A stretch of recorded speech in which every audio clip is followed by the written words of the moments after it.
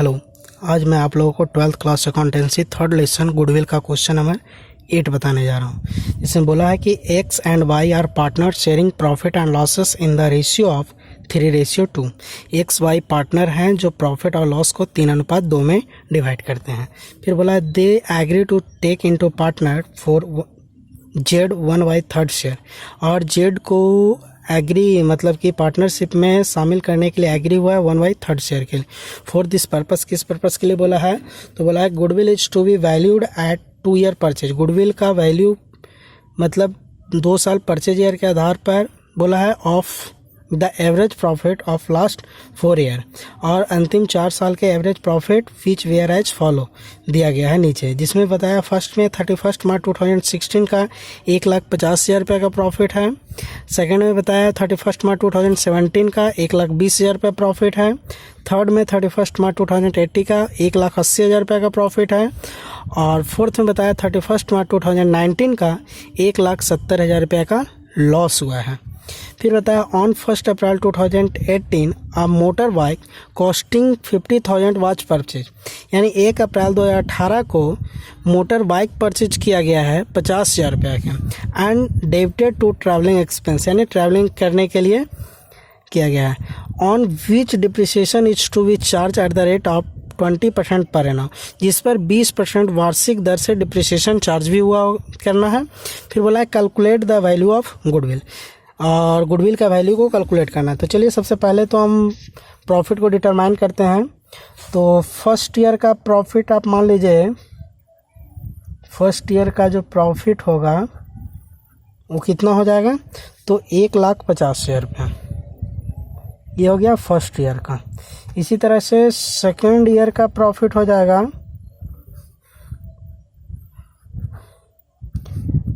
कितना? तो second year का जो प्रॉफिट है 1,20,000 रुपये का है। और थर्ड ईयर का जो प्रॉफिट होगा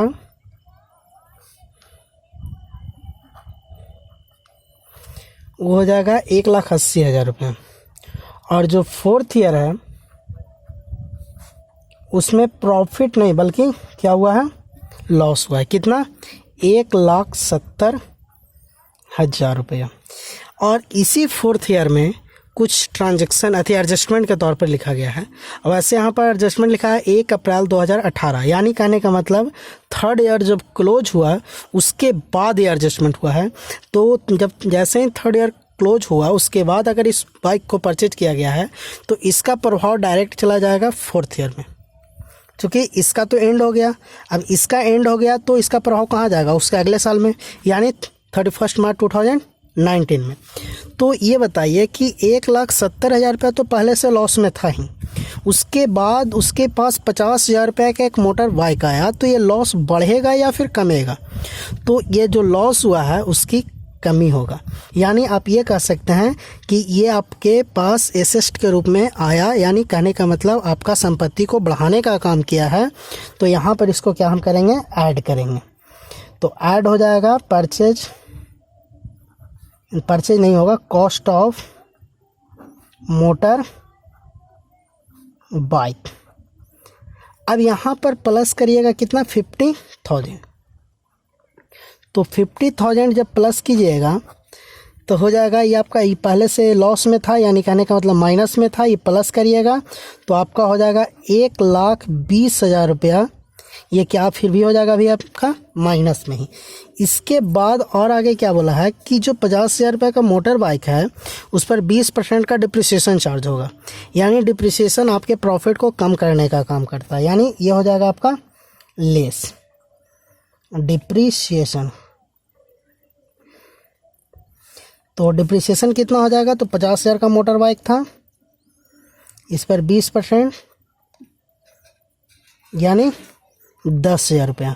ये क्या होगा? माइनस होगा, लेस होगा। तो टोटल यहाँ पे हो जाएगा 1,30,000, वो भी माइनस में हो जाएगा 1,30,000। तो फर्स्ट ईयर का profit 1,50,000, second year 1,20,000, third year 1,80,000 और फोर्थ ईयर 1,30,000 रुपये का लॉस हुआ है। अब यहाँ से आपको निकालना होगा एवरेज प्रॉफिट। तो एवरेज प्रॉफिट का फार्मूला होता है टोटल प्रॉफिट